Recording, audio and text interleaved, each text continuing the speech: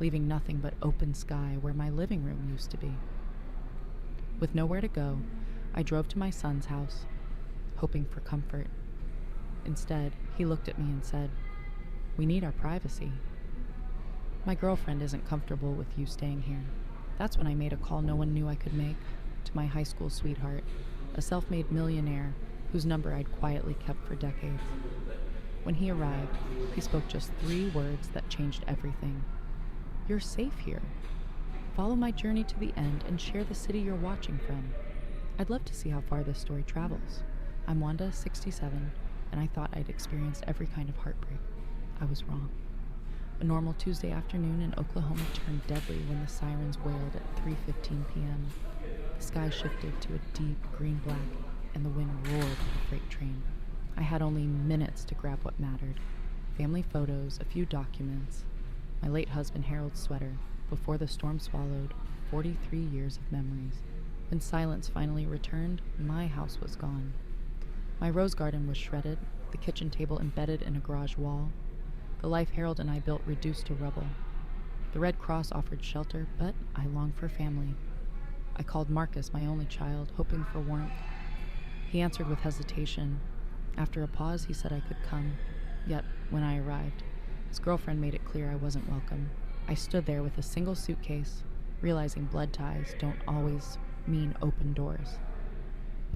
That night, I remembered the one person who had never truly left my heart. I dialed the number I'd memorized decades ago. When his familiar voice answered, everything changed. I'd only met Sophia 3 times in the 2 years she'd been with my son. She was 32 to his 41, worked at a downtown marketing firm, and had an opinion on everything, from paint colors to which wine belonged on the dinner table. I parked Mrs. Patterson's car in their driveway and sat there for a moment, gathering courage. This was supposed to be temporary, I reminded myself, just until the insurance money came through and I could find a small apartment. I never imagined that walking up to my own child's front door with 3 battered bags would feel like one of the hardest things I'd ever done. As I raised my hand to knock, a hollow ache spread through me, the same emptiness I'd felt the day Harold died. Before my knuckles touched the door, Marcus opened it, as if he'd been watching from the window. For a heartbeat, seeing his familiar face, Harold's eyes, my stubborn chin, made me believe everything might be okay. He was my son, my only child. Surely that bond meant something. Mom. He stepped aside, but there was a distance in his voice I couldn't place. Sophia appeared almost instantly, polished in white jeans and a silk blouse that probably cost more than I'd spend on groceries in a month. Her blonde hair was pulled into a messy bun that looked artfully perfect, her smile warm but never reaching her eyes. "Wanda, how awful about your house," she said, though her gaze rested on my garbage bags, not me. "It's just temporary," I explained quickly, "just until I can get back on my feet." Marcus and Sophia exchanged a look, the silent kind couples share when words aren't needed. I'd done that with Harold countless times, but from the outside, it felt like being locked out of a room I didn't know existed. "Let's sit down and talk," Marcus said, leading me into their immaculate living room. White furniture that seemed untouched, glass tables reflecting light from spotless windows. It was the sort of place that made you afraid to breathe. I perched on the edge of the sofa, my shoes still damp with mud, and noticed Sophia's subtle wince. "So, what's the plan?" Marcus asked, choosing a chair across from me instead of sitting beside me. "The insurance adjuster says a few weeks, maybe a month," I said.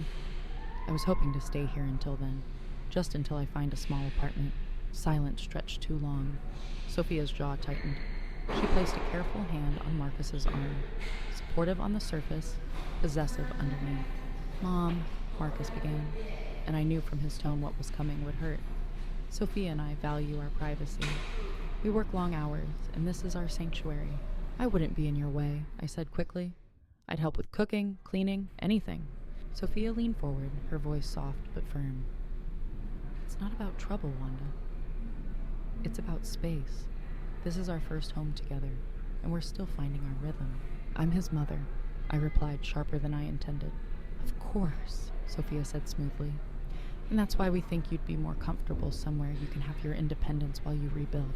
I looked at Marcus, waiting for him to remember every night I'd sat by his sickbed, every double shift I'd worked to pay for his textbooks, every hour I'd spent helping him through his divorce. He only nodded. Sophia's right, Mom. You think you'd be happier with your own space? The words hit like a blow. My chest tightened as if someone were squeezing the air from my lungs. Happier? I whispered. I lost everything yesterday, and you think I'd be happier alone? It doesn't have to be a motel, Sophia said quickly. There are nice extended stay places near the mall. Safe, clean, with little kitchens so you can cook. I stared at her. This woman who'd been in my son's life for 2 years telling me where to live after my world had collapsed. And how exactly am I supposed to pay for this lovely place? The insurance money won't come for weeks. Marcus shifted in his chair. I can help with that, he offered. A few hundred to get you started. A few hundred, like I was some distant acquaintance, not the woman who'd given him life. Marcus, I said, my voice barely more than a whisper. I changed your diapers, Marcus. I paced the floor with you through nights of colic, taught you to ride a bike, helped with homework, and held you when Sarah Jenkins broke your heart in 7th grade. His face tightened, but Sophia's grip on his arm only grew firmer. No one doubts your history, she said evenly. We just think everyone would feel better with some boundaries. Boundaries. The word I'd heard from the counselor Marcus saw after his divorce. Now it was a shield between mother and son. So you're kicking me out, I said flatly. We're not kicking you out, Marcus protested. We just don't think this arrangement works for anyone. Whose idea was this? I asked, though I already knew. Sophia leaned back slightly, her expression almost satisfied. We discussed it together, Marcus said, not meeting my eyes. I rose slowly, knees aching, reminded I was 67 and suddenly very alone. I see. Mom, don't be like this. We're trying to do what's best for everyone. What's best for everyone, I repeated, the words tasting foreign. Is that your mother doesn't have to sleep in her car tonight. Sophia's perfectly composed face shifted into a practiced look of concern. You don't have to sleep in your car. There are options. I glanced around their flawless living room. Photos of Marcus and Sophia without a trace of me. Furniture too pristine to touch.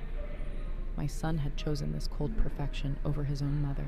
You're right, I said quietly. There are always options.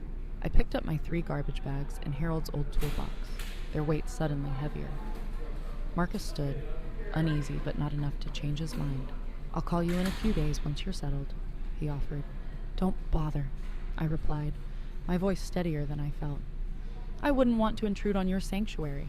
Sophia looked faintly ashamed, but said nothing.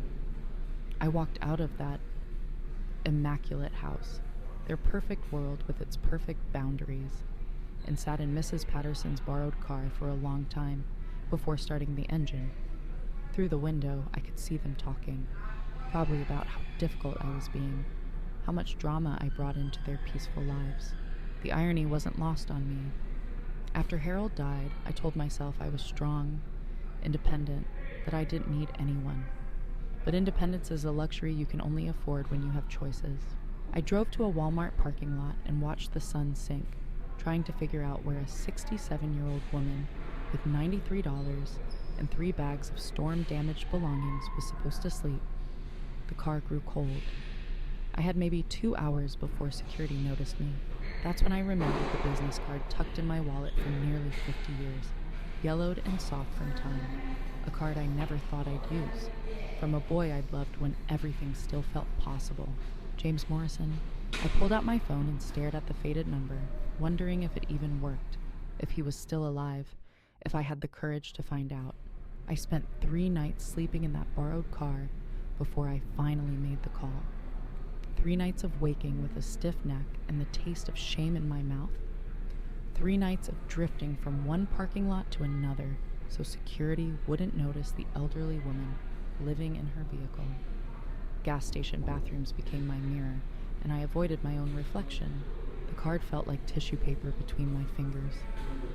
James Morrison, written in faded blue ink and on the back, in my own teenage scrawl. Always remember, W. I'd written it at 17, believing with the certainty of youth that James would be the great love of my life. He was 18 then, dark hair falling across his forehead. eyes the color of summer storms. He worked at his father's auto shop after school and dreamed of building something that mattered. We dated 8 months, forever, at that age. Nights at the old quarry, sitting on the hood of his beat-up Chevy, talking about our plans. "I'm going to come back for you, Wanda." He'd promised the night before leaving for college in California. James once told me, "I'm going to make something of myself, and then I'm coming back to marry you." But 17-year-old promises fade when real life takes over. At first, he wrote long, eager letters full of plans. I wrote back about secretarial classes, my new job at the bank, how I was waiting just like I'd said I would. Then the letters grew shorter. Months later, I met Harold at a church social. James became a dream I'd once had, too perfect to last. Harold was steady and kind, 25, with a good job at the phone company. He didn't promise me the world, only a home and a family. After 4 months, he proposed, and I said yes. I slipped James's business card into my wedding dress pocket, a small talisman I couldn't throw away. 50 years later, sitting in a borrowed car in a Walmart parking lot, I wondered what had become of that boy with storm-colored eyes. Through old friends, I'd heard he'd built a huge construction company, Morrison Development, expanding across states. He'd never married, too busy building his empire, they said. The kid from the auto shop had become the man in expensive suits, making decisions that shaped entire cities. What would a man like that want with a 67-year-old widow sleeping in her car? Logic told me it was foolish to call. But logic doesn't matter when you're counting quarters for a cup of coffee and searching for a bathroom that locks. By the 4th morning, my back ached from the car seat, my clothes smelled of stale air, and I'd spent the last of my cash on a gas station sandwich that tasted like cardboard. In a McDonald's parking lot, I stared at the faded card, hands trembling. What would I even say? "Hi, James, remember me? I'm homeless now. Remember me?" The number might be dead. Or some assistant might answer, politely explaining that Mr. Morrison was far too busy for strangers claiming to know him from high school. But what if he picked up? My heart pounded as I dialed. 1 ring, 2. "Morrison Development. This is James Dyson." His voice was deeper, seasoned by time, but unmistakable. I almost hung up, but warmth in his tone pulled me in. "James, it's Wanda. Wanda Sullivan. Well, Peterson now." Silence stretched until I feared the call had dropped. "Wanda?" he said at last, my name like a quiet marvel. "I'm sorry to call. It's been so long. Where are you?" His voice sharpened with concern. "I'm in Tulsa, in a parking lot. My house was destroyed in the tornado, and my son, he doesn't want me to stay with him." I didn't know who else to call. The admission burned. "Give me your location," he said, all business now. "You don't have to. I don't know why I called. Maybe I just needed to hear a friendly voice." "Wanda." His tone softened, but left no room for argument. "Tell me where you are." I'm already walking to my car. Through the line, I heard a door close and an engine start. After 50 years, the boy who once promised me the world was on his way to a McDonald's parking lot to find me. I gave him the address, whispering, "James, I don't look anything like the girl you remember." "Neither do I," he said, and I could hear the smile in his voice. I'd waited half a century for that call, though I never expected to make it. After we hung up, I sat in the McDonald's parking lot for 2 hours, swinging between panic and disbelief. What was I doing? You don't just pick up a conversation after 50 years as if yesterday never happened. Yet, as I watched the entrance, waiting for a car, I wouldn't recognize carrying a man who might not recognize me. I felt something I hadn't felt since the tornado sirens wailed. Hope. Foolish maybe, but real. At 67, with nothing left to lose, hope was worth the risk. At exactly 11:37, a silver Lexus glided into the lot, moving slowly, searching. My heart hammered like a bird trapped in a cage. The tinted windows hid the driver, but something deep inside told me it was him. The car stopped 3 spaces away, and the door opened. Even after 50 years, with silver hair and lines etched by time, I knew him instantly. James Morrison stepped out like he'd walked straight out of my memories. When his eyes met mine through the windshield, decades dissolved. He approached with the same quiet confidence he'd had at 18, now burnished by success. Dark jeans, a navy sweater, simple but unmistakably refined. Those storm gray eyes were exactly as I remembered. I wanted to sink down in my seat, to disappear. My hair hadn't been washed in days, my clothes were wrinkled from nights in the car, and I smelled of exhaustion and road dust. But he was already at my door, tapping lightly on the glass, smiling the smile that had haunted my dreams. I rolled the window down, suddenly breathless. "Hello, Wanda," he said softly. Up close, I saw the changes. Short silver hair, laugh lines, broad shoulders carrying the weight of a life well lived. But when he smiled, I saw the boy who once drove me to the quarry and spoke of building a future. "Hi," I whispered. He studied me for a long moment, gray eyes searching every detail. I wanted to apologize for my appearance, for the years, for calling with nothing to offer but trouble. Instead, he simply said 3 words. "You look beautiful." The tears came before I could stop them. 50 years of buried heartache, 4 nights of sleeping in a borrowed car, a lifetime of quiet disappointments. I sobbed against the steering wheel until the sound became a raw confession. James didn't try to stop me. He opened the door, helped me out, and pulled me into his arms. He smelled of clean laundry and faint cologne, like success and steadiness, like everything I'd lost and everything I'd never had. His sweater was soft beneath my cheek, his arm strong around my shaking shoulders. "I'm sorry," I gasped. "I shouldn't have called. I shouldn't drag you into this." "Shh," he murmured, stroking my back. "You should have called years ago." When the sobs finally subsided, I stepped back, embarrassed by the damp mark on his sweater. "I must look awful," I said. He brushed a tear from my cheek, his touch light as a breath. "You look like someone who's been through hell and survived." "That isn't awful. That's strength." I gave a shaky laugh. "Strength? I'm 67 and sleeping in a borrowed car because my own son doesn't want me. That's not strength. That's pathetic." His jaw tightened, a flash of anger in his eyes. "Your son is a fool. You don't know him," I said weakly. "I don't need to."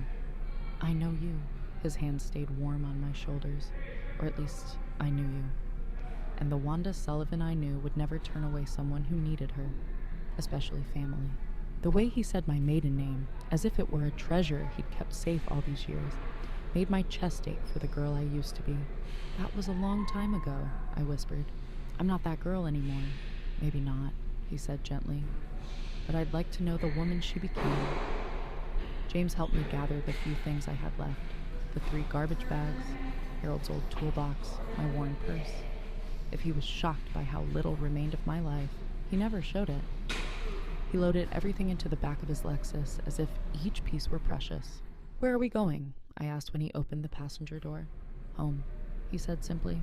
The drive wound through rolling hills and quiet streets, lined with stone walls and iron gates. Mailboxes looked like they belonged in art galleries. Finally, he turned onto a long driveway, marked by a small brass plaque, Morrison. We curved past towering oaks and landscaped gardens until the house appeared, stone and timber, tall windows catching the afternoon light, a wide porch wrapping around like open arms. Elegant, understated, built to last. "James," I breathed, staring up at it. "This is incredible." He parked but didn't move to get out.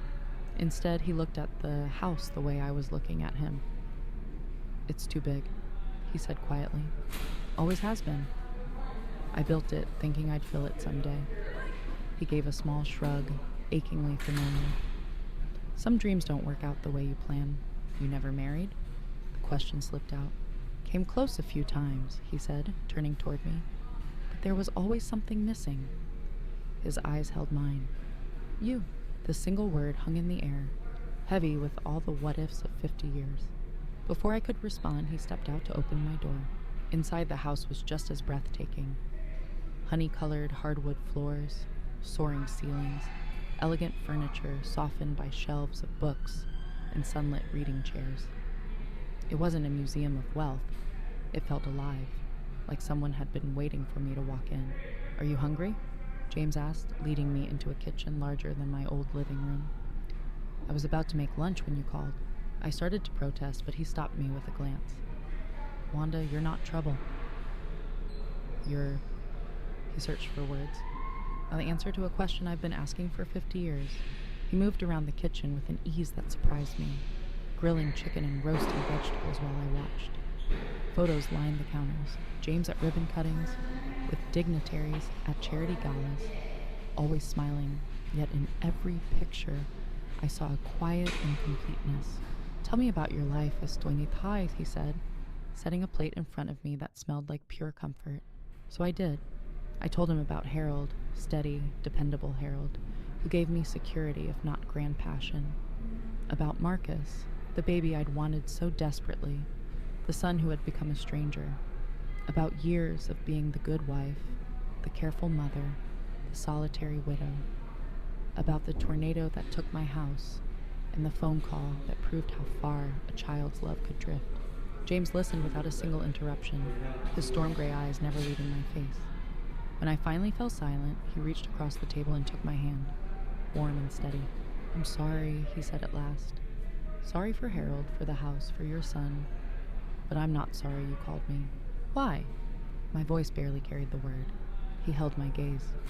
"Because I never stopped loving you. Every deal I made, every success I chased, it was also I'd be ready if you ever came back." "James, it's been 50 years. We're different people now." He brushed his thumb across my knuckles, a touch that made my heart stumble. "I know. But when I heard your voice today, it was like the missing piece finally clicked into place." I looked at our joined hands, his tanned and perfectly groomed, mine worn and lined by years of work and loss. "I'm not the girl you remember," I whispered. "No," he said softly, a smile touching his eyes. "You're even better." I sat in James's kitchen, halfway through slicing vegetables, when my phone lit up with Marcus's name. For a moment, the sound of it pulled me back into every tense dinner, every strained holiday we'd ever shared. I wiped my hands and answered. "Hi, Marcus." "Mom." His voice carried a mix of hesitation and something else, something I couldn't quite name. "Are you okay?"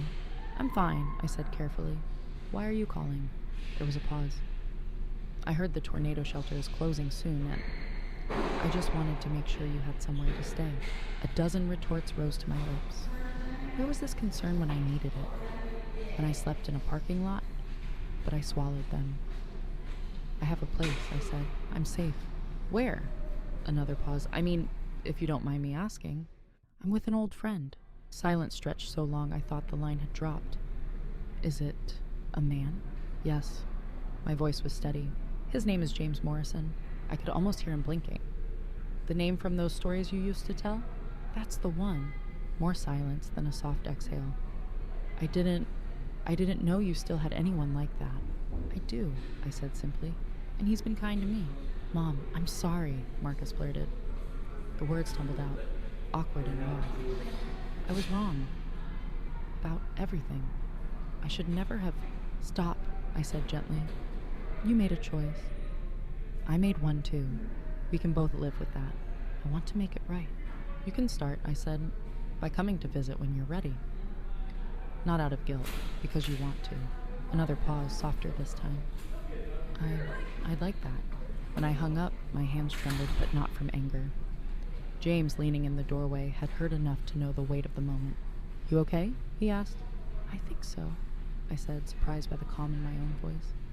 "For the first time in a long while, I really think so." James crossed the room and wrapped his arms around me, the warmth of him grounding me. The tornado had torn apart everything I thought I needed. But here, in this quiet kitchen, with the smell of dinner in the air, and the man who'd waited half a lifetime beside me, I realized the storm had also cleared a path to a life I never expected, but one I was finally ready to claim. My wedding to James felt nothing like the one I'd had nearly half a century earlier. When I married Harold at 19, the day belonged to everyone else. A white dress, a crowded church, a community center reception with a cash bar, invitations sent to relatives I barely knew. It was the sort of wedding you perform for the world, a checklist of traditions meant to please neighbors and distant cousins. This time, everything was ours. 6 months after that phone call in the McDonald's parking lot, we stood in the garden behind James's house on a crisp October morning. The oaks had turned bronze and gold, their leaves drifting gently across the manicured lawn. A close friend of James's, someone who had known him through decades of triumphs and setbacks, spoke a few quiet words. Maria, his housekeeper and confidant, stood smiling beside Thomas, the business partner who'd built an empire with him. No crowd, no performance, just the people who mattered. I wore a simple dress the color of late autumn cream. James, in a navy suit, looked at me as if I were the only person in the world. When he took my hands, I felt 50 years of waiting fall away like those drifting leaves. We exchanged vows we'd written ourselves, promises not about youth or forever, but about presence, kindness, and the courage to start again. When James said, "I've loved you through every year we lost," his voice caught, and for a heartbeat, the world seemed to still. There was no DJ, no dance floor, no carefully orchestrated spectacle. Just a small table set for 4 in the garden, a meal James had planned himself, and a silence filled with the quiet certainty of a love that had survived everything. Time, loss, and the storms that had brought us back to each other. As the sun climbed higher and the October air warmed, I realized that the tornado hadn't only taken my past. It had cleared a path for the life I was always meant to find. A life standing beside James, hand in hand, exactly where I belonged. James found me sitting on the edge of the bed, tears streaking my face. Without a word, he crossed the room and knelt in front of me, his hands warm and steady on mine. "What happened?" he asked quietly. I told him about Marcus's call, how the conversation that began with polite concern had turned into a thinly veiled question about James's money. How the son who once shut his door on me now seemed worried only about what might one day be left behind. James listened without interrupting. When I finished, he exhaled slowly, his thumb tracing gentle circles over my knuckles. "I'm sorry," he said at last. "I'm sorry he can't see you for who you are." "It's not just the question," I whispered. "It's knowing he still sees me as something to manage. Not a mother, not even a person, just access it." James's eyes softened, storm gray and steady. "You are not anyone's opportunity, Wanda. Not mine, not his. You're you, and that's enough." I wanted to believe him. "I don't know how to make Marcus understand that." "You don't have to," he said simply. "It isn't your job to teach him your worth. It's his job to see it." The words landed with a quiet finality I hadn't known I needed. For years I tried to earn love by being a good wife, a patient mother, a woman who never asked for too much. Now, in the warm circle of James's arms, I understood. My value wasn't something anyone else could grant or take away. Outside, the night settled over the gardens, the oaks whispering in the breeze. Inside, James held me until my breathing steadied. I thought of the tornado that had torn my world apart, of the long nights in that borrowed car, of the phone call that changed everything. Loss had brought me here, yes, but so had choice. For the first time in my life, I wasn't waiting for someone else's approval. I was exactly where I chose to be, loved for no reason but being myself. I woke this morning in James's arms, sunlight pouring through the tall windows of the room we now share. The scent of the coffee he makes every day drifted in from the kitchen. At 68, I am happier than I have ever been, not because of his money or the size of his house, but because I am finally seen for who I am and loved exactly as that person. 8 months have passed since the night James quietly but firmly told my son the truth. Marcus still calls, but our conversations are different now. Shorter, warmer, without the constant undercurrent of calculation. He asks about my garden, about the book club I joined, about the animal shelter where I volunteer. He no longer mentions James's business or hints at inheritance. Sophia has stopped sending gifts. I don't know if Marcus and I will ever have the closeness I once hoped for. But what we have now is honest, and that is enough. The tornado that ripped my old life apart turned out to be the beginning of everything I truly needed. Destruction can be a kind of renovation. Sometimes you lose what you thought mattered, only to find what actually does. My first love, my only love really, came back to me when I least expected it, and together we built a life far richer than anything I could have imagined. On James's desk sits the business card I carried for 50 years, now framed beneath glass. It's a quiet reminder that some promises are worth keeping, even if they take half a century to fulfill. Thank you for staying with me through this journey. If you were in my place, what choices would you have made? Have you ever felt life hand you a second chance you never thought you'd get? Share your thoughts in the comments. I'd love to know how far this story reaches and what it brings to mind for you.